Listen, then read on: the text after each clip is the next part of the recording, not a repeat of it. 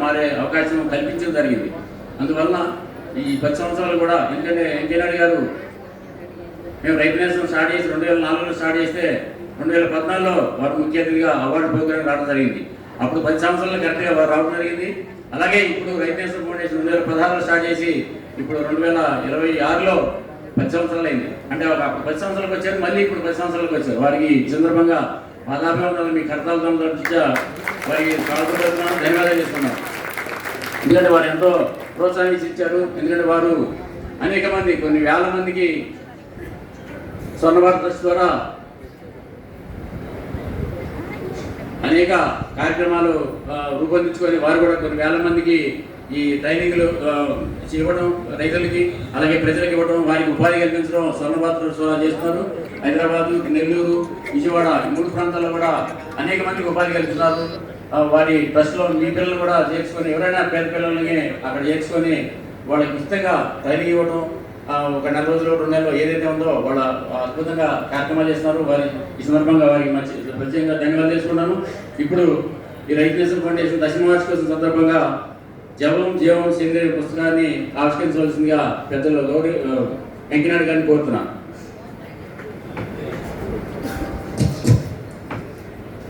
జవం జీవం సేంద్రియ పుస్తకాన్ని అతిథుల యొక్క అమృత హస్తాలతోటి ఆవిష్కరిస్తున్నారు. ఈ పుస్తకం రైతులకు హస్తభూషణం, మస్తక పోషణం, రైతు నేస్తం సమస్తం, తుష్టి పుష్టి వృష్టి సంతుష్టి రైతులకు ఈ పుస్తకం.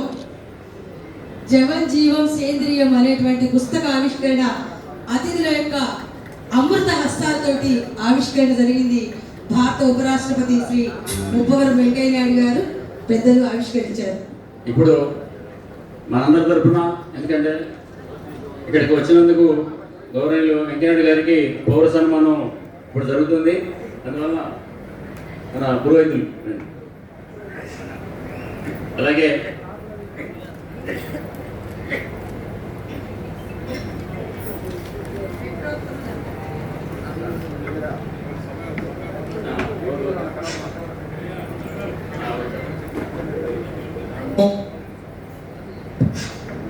नमो नमो भवति जायमानोऽन्नाङ्केतुर्षसामेत्यग्रे भागं देवेभ्यो विदधात्यागं चन्द्रमाः दीर्घमायुः ॐ वृषशैलाधिपये वदेवदन्नः वृषभाग्रेश्वरये वदेवदन्नः फणिशैलाधिपये वदेवदन्नः भगवान् देवदन्नः श्री श्रीनिवासः परदेवदन्नः श्री श्रीनिवासः परमं धनन्नः श्री श्रीनिवासः कुलदेवदन्नः श्री श्रीनिवासः परमागजर्नः वक्त्राब्जे भाग्यलक्ष्मीः करदलकमले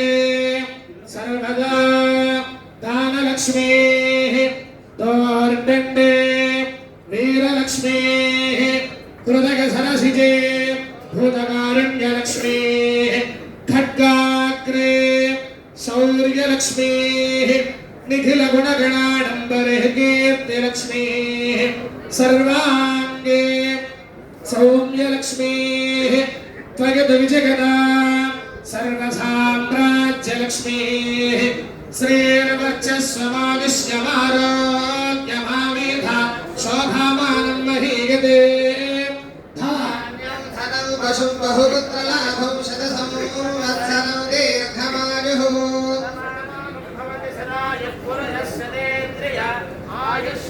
స్వామివారి నామాలున్న పట్టు శాలతో తిరుమల తిరుపతి స్వామివారి ప్రసాదం అందిస్తున్నారు. విప్రోత్తములు వేద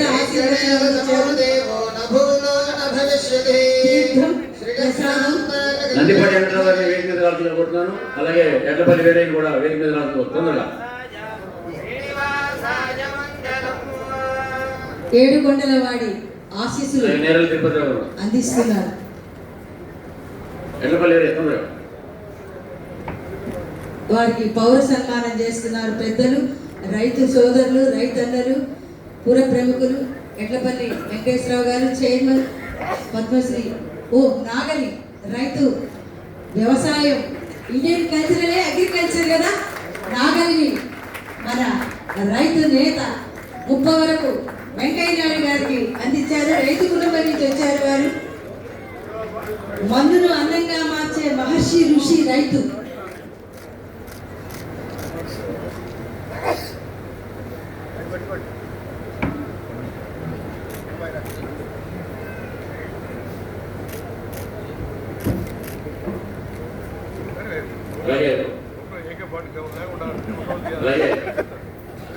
ఇలాంటి కార్యక్రమాల గురించి కొన్ని నిమిషాలు గవర్నీలు శ్రీ ముప్పవరపు వెంకయ్య నాయుడు గారికి వేదిక ముందు ఆశ్రయమైన రైతు సోదరులకు అందరికి కూడా నా హృదయపూర్వక నమస్కారం.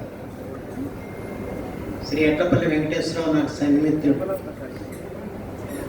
ఈ రైతు నేస్తున్న పేరిట ఆయన ఒక పత్రిక నడపాలన్నప్పుడు ఏ పేరు పెట్టాలని చెప్పి 3 పేర్లు తీసుకొస్తే చివరికి ఈ పేరు మేము ఇద్దరం కలిసి సెలెక్ట్ చేయడం జరిగింది.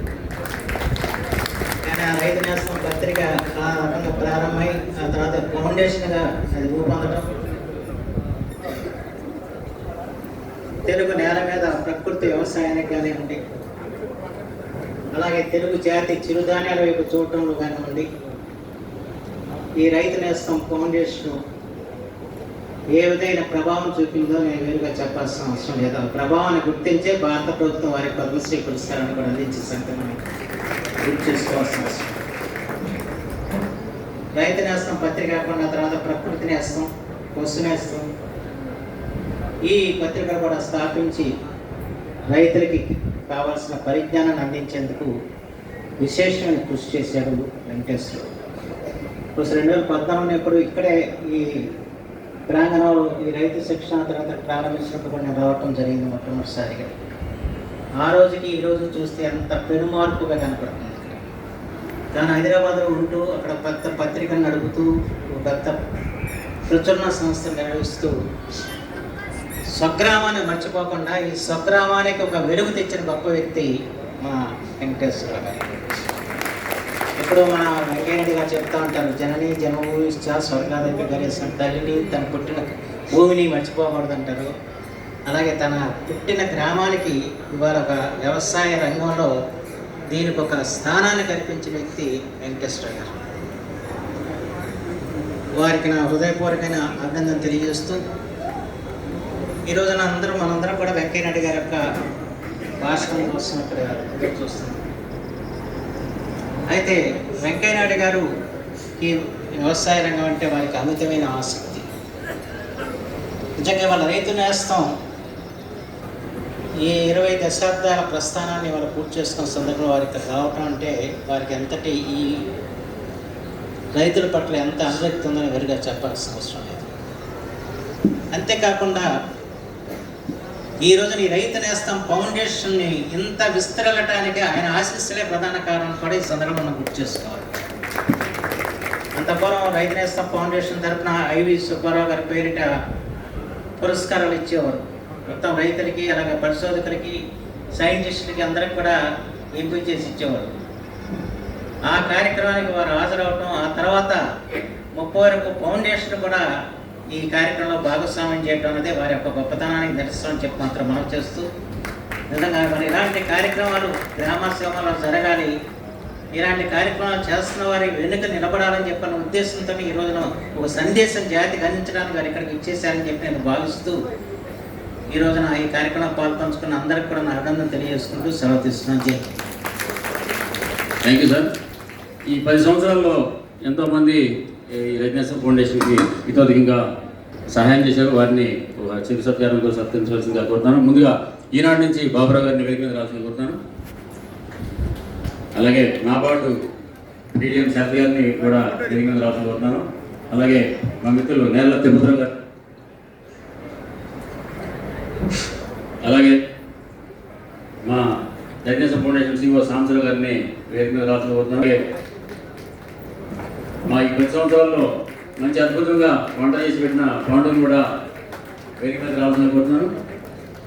అలాగే ఈ ఫౌండేషన్ ట్రైనింగ్లో దాదాపు చాలామంది రైతులతోటి మాట్లాడుతున్న దేవిని కూడా వేదిక చూస్తున్నాను. అలాగే ఫౌండేషన్లో 2016 నుంచి ఇప్పటి వరకు కూడా అనేక కార్యక్రమాల్లో ఈ విధంగా సాయం చేస్తున్న తిరునాథ్ కూడా వేదిక మీద రాజుకుంటున్నాను. వారి పొలమే 2 ఎకరాల పొలం ఉంది, అక్కడ వారిదే కౌలు తీసుకొని మేము చేస్తున్నాం. తిరునాథ్ కూడా వేదిక మీద రాజుకుంటున్నాను. అలాగే ఈ గో ప్రొడక్ట్స్, అలాగే ట్రైనింగ్లో ఫుడ్కి సంబంధించిన కోఆర్డినేట్ చేస్తున్న సినిమాని కూడా వేదిక మీద రాజుకుంటున్నాను. అలాగే మిత్రులు మిత్రులు, అలాగే మా మిత్రులు తుమ్మేటి రఘుత్మ రెడ్డి గారిని కూడా వారి నుంచి శీర్షికారం అనుకోవాల్సింది.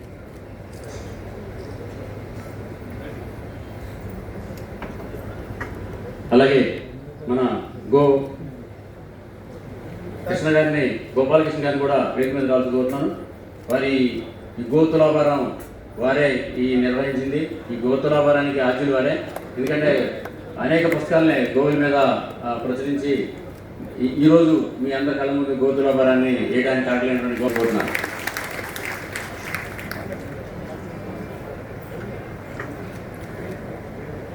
అలాగే రైతు నేస్తం ఫౌండేషన్ అనేక ట్రైనింగ్ కార్యక్రమాల్లో పాల్గొంటున్న ప్రసాద్ కూడా వేదిక మీద రావాల్సింది కోరుతున్నాను.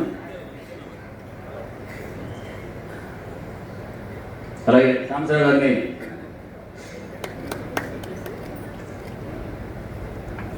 అలాగే రాజు ఆవులు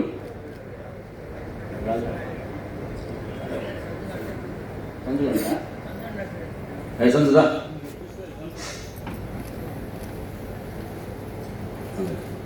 అలాగే మాకెప్పుడు ఏ ఆపద వచ్చినా ఏది వచ్చినా మా ముందు నుంచి మా మిత్రులు డాక్టర్ గారు ప్రసాద్ గారిని కూడా చాలా సత్యం తెలియజేస్తున్నాను. రండి.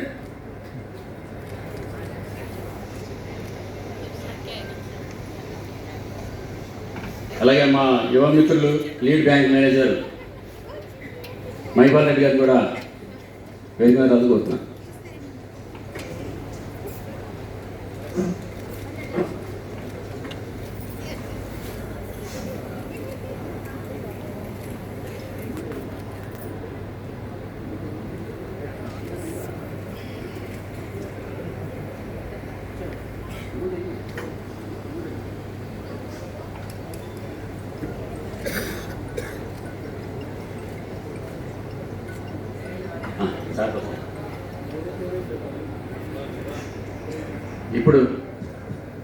ఇప్పుడు భర్తమాత ముద్దు బిడ్డ, భర్తమాతకు వరం, భారతీయ సుస్వరం, తెలుగుతనానికి నిలువెత్తు సంతకం, విలువల రాజకీయవేత్త గుంటూరు డిపిఎం రాజకుమారి కూడా ఒకసారి చాలా తొందరపడి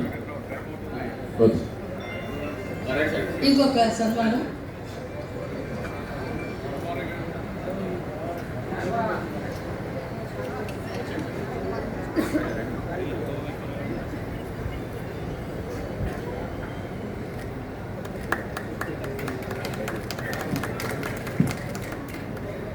విలువల మానవత దీపిక శ్రీ ముప్పవరపు వెంకయ్య నాయుడు గారు ఉపరాష్ట్రపతి, వారి అమూల్యమైన సందేశాన్ని మనం వినే భాగ్యం కలిగించవలసిందిగా ప్రార్థిస్తున్నారు.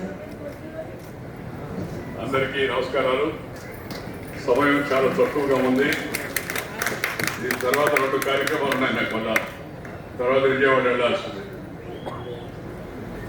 ఈ కార్యక్రమానికి విచ్చేసిన మిత్రులు, పెద్దలు, రైతు శ్రేయభిలాషి మన నుంచి కృషి చేస్తుండే డాక్టర్ అడమచి శివాజీ గారు, అలాగే సోదరుడు యారగడ లక్ష్మీప్రసాద్ గారు, అలాగే ఈరోజు ఈ కార్యక్రమానికి విచ్చేసిన శ్రీ గోపాల్ గారు, ఇండియన్ నబార్డ్, తర్వాత ఈ జిల్లా నలుగురు నుంచి ఈ కార్యక్రమంలో పాల్గొంటున్న రైతు సోదరులు, శాస్త్రవేత్తలు, అలాగే మన ఈ కార్యక్రమాన్ని అంతా కూడా బుధంగా వేసుకొని నిర్వహిస్తున్నట్టుగా శ్రీ వెంకటేశ్వరరావు గారు ఎట్టపల్లి, వీరందరికీ కూడా నేను ప్రత్యేకమైన అభినందనలు తెలియజేస్తున్నాను. భారతదేశంలో ముఖ్యంగా ఆంధ్రప్రదేశ్లో ఒక రకంగా చెప్పాలంటే రైతుల కోసం ఒంటరి పోరాటం చేస్తున్న వ్యక్తి శ్రీ ఎట్టపల్లి వెంకటేశ్వరరావు అని చెప్పే సందర్భంగా మనం చేస్తాను. రైతుల సాంప్రదాయాలను, వ్యవసాయ పద్ధతులను, ఆధునిక సాంకేతిక పరిజ్ఞానాన్ని ఈ మూడింటితో మేళవించి జనానికి పరిచయం చేసి అందుబాటులో తీసుకొచ్చి వారి చేత ఈ యొక్క ప్రదర్శనశాలను సందర్శించి ప్లీజ్ వాడు సభల్లో ఎప్పుడు ఎవరు అటు కదలకూడదు. ప్రతి ఏటా రైతు పురస్కారాలు ఏర్పాటు చేయడం, వాటికి ప్రోత్సాహాలు అందించడం ఏటుందో చాలా అభినందించిన విషయం. మా కుమారుడు హర్షవర్ధన్ సైతం మొక్కవాడు ఫౌండేషన్ పేరుతో వారికి చేదోడుగా నిలవమని నేనే చెప్పాను. ఎందుకంటే ఆయన ఒంటరిగా పోరాటం చేస్తున్నాననే ఉద్దేశంతో 2023 ప్రపంచ సిరిధాన్యాల ఏడాదిగా గుర్తించింది ప్రభుత్వం. అంతకుముందు నుంచే రైతు నేస్తం సిరిధాన్యాల పట్ల అవగాహన కల్పించేందుకు చేస్తున్న కృషి ఈ సందర్భంగా ప్రశంసనీయమైంది. ఈ విధంగా రైతు ప్రపంచమంతా మర్చిపోయిన సిరిధాన్యాలను ప్రపంచ గుర్తింపు తేవడంలో రైతు నేస్తం పాత్ర కూడా ఉంది అని చెప్పి నేను భావిస్తున్నాను. దానికి వారిని అభినందిస్తున్నాను. వ్యవసాయం చేస్తున్నాం, పండిస్తున్నాం అన్న వరకే ఉండకూడదు. ఇందాక చెప్పినట్టుగా రైతులు వ్యాపారస్తులు తాము పండించిన వాటిని చేసిన వాటిని తాము అమ్ముకునే పరిస్థితి ప్రభుత్వాలు కల్పించాలి. కేవలం రైతులే వ్యాపారంగా మారిపోయారంటే అన్ని రోజులు నిలవచ్చాలా? ఎవరు నిలవచ్చగలరు? ఈ లోపల ప్రకృతి వైపరీత్యం ఏదైనా జరిగే అకాల వర్షమో లేకపోతే ఇంకేదైనా గాలో లేకపోతే ఇంకేదైనా తుఫాను లాంటి వచ్చిందనుకోండి, ఎవరు దాన్ని కాపాడగలరు? అందుకని ప్రభుత్వాలు రైతులను తమ ఉత్పత్తులను పెంచుకోవడమే కాకుండా వాటి ఇతరులతో పంచుకునేందుకు కావాల్సిన అవకాశాన్ని ప్రభుత్వాలు వేదికగా కల్పించాల్సిన అవసరం ఎంతో ఉంది. కేంద్ర ప్రభుత్వం, రాష్ట్ర ప్రభుత్వం ఈ విషయాలపై ప్రత్యేకంగా దృష్టి పెట్టాలని చెప్పి నేను కోరుకుంటున్నాను. కేంద్రం, రాష్ట్రం రైతులకు అనుకూలమైన పనులు చేయడం లేదని చెప్పడం చేస్తున్నారు, కానీ అనంతమైన సమస్యలు ఉన్నాయి రైతులు. ఎందుకంటే మిగతా ఉత్పత్తులు, పారిశ్రామిక ఉత్పత్తులు పండించే వాళ్లకు ఈ ప్రమాదాలు లేవు. తుఫాను లేదు, గాలి లేదు, అకాల వర్షం లేదు. ఎందుకంటే వాళ్ళంతా కవర్డ్ ఏరియాలో లోపల పనిచేస్తారు. దానితో వాటికి ఇన్సూరెన్స్ కూడా తీసుకుంటారు. కానీ రైతులు బయట, ఆరు బయట లేకపోతే సీజన్ గారి సీజన్లో ఎప్పుడు అయినా కూడా ప్రకృతికరమైన వైపరీత్యం వస్తే ముందుగా దెబ్బతినేది రైతులు. అందుకని ప్రభుత్వాలకు ప్రత్యేక బాధ్యత ఉంది. దాంతోపాటు రైతుల యొక్క ఆదాయాన్ని రెట్టింపు చేసే ప్రయత్నం చేయాలి. వ్యవసాయం లాభసాటి కాదని చాలా మంది వ్యవసాయం వదిలేస్తారు.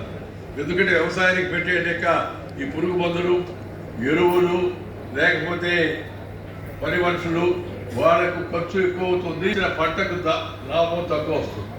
దానివల్ల చాలా మంది రైతులు నిరుత్సాహపడి మనకి వ్యవసాయం లాభసాటి కాదు, జనం సంగతి ఏమిటి, మనకి తిండి పెట్టేది ఎవరు, మనకి ఆకుకూరలు పండించేది ఎవరు, మనకు కావాల్సిన ఇతరత్ర పండుగ అందించేది ఎవరు, ఈ విషయాన్ని సమాజము మిగతా వాళ్ళందరూ గుర్తుపెట్టుకోవాలి.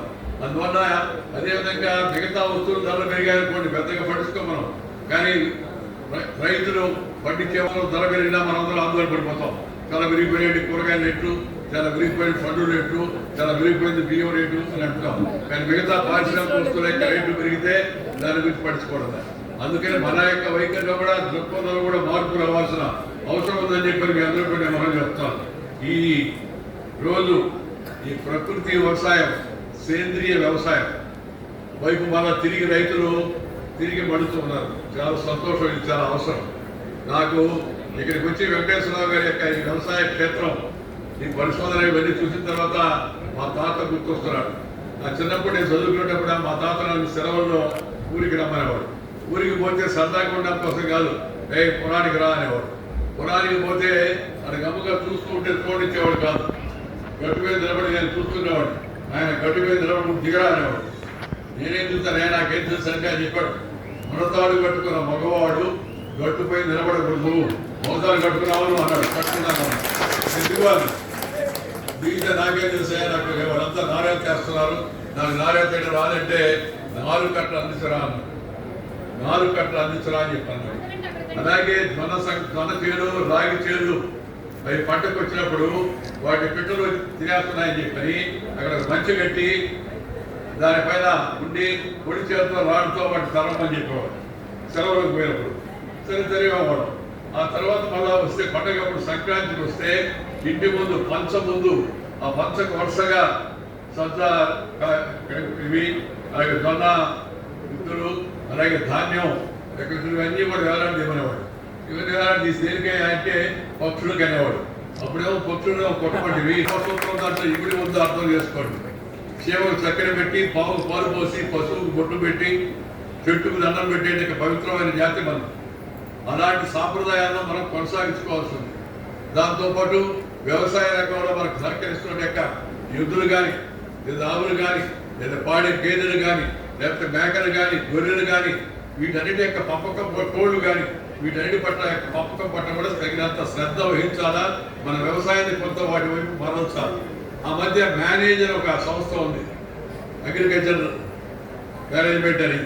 ఆ సంస్థ ఒక రిపోర్ట్ ఇచ్చింది ఏంటంటే ఆ మధ్య వరుసగా రైతులు ఆత్మహత్య చేసుకుంటారు. ముఖ్యంగా పత్తి రైతులు, మిగతా వాళ్ళు. మహారాష్ట్రలో ఎక్కువగా ఉన్నాయి, ఆంధ్రలో కూడా కొంత ఉన్నాయి, తెలంగాణలో కొంత ఉన్నాయి. అప్పుడు వాళ్ళు స్టడీ చేశారు ఎందుకు ఆత్మహత్య చేసుకుంటున్నారు, ఎవరు చేసుకుంటారు ఆత్మహత్యని. వాళ్ళ పరిశోధనలో తేలింది ఏంటంటే ఎవరైతే కేవలం వరి, పత్తి లేకపోతే ఇతర పంటల మీద ఆధారపడి ఉన్నారో వాళ్ళు నష్టం వచ్చినప్పుడు తట్టుకోలేక ఆత్మహత్య చేసుకుంటారు. కానీ ఎవరికైతే పౌల్ట్రీ ఉందో, ఎవరికైతే డైరీ ఉందో, ఎవరికైతే బ్యాక్ యార్డ్ సపోర్ట్ ఉందో వాళ్ళు ఎవరు ఆత్మహత్య చేసుకోలేదని వాళ్ళు తేల్చారు 3,500 మందిని స్టడీ చేస్తే. అంటే కాబట్టి ప్రతి ఒక్కరు కూడా ఇందాక బిందు తోటలు పంపకాల గురించి మాట్లాడుతున్నాం. రఘువరరావు గారు చెప్పారు చాలా అవసరం. అలాగే కూరగాయలు ఇంటి అలాగే పెరటలు కూరగాయలు పండించేటికి అవసరం.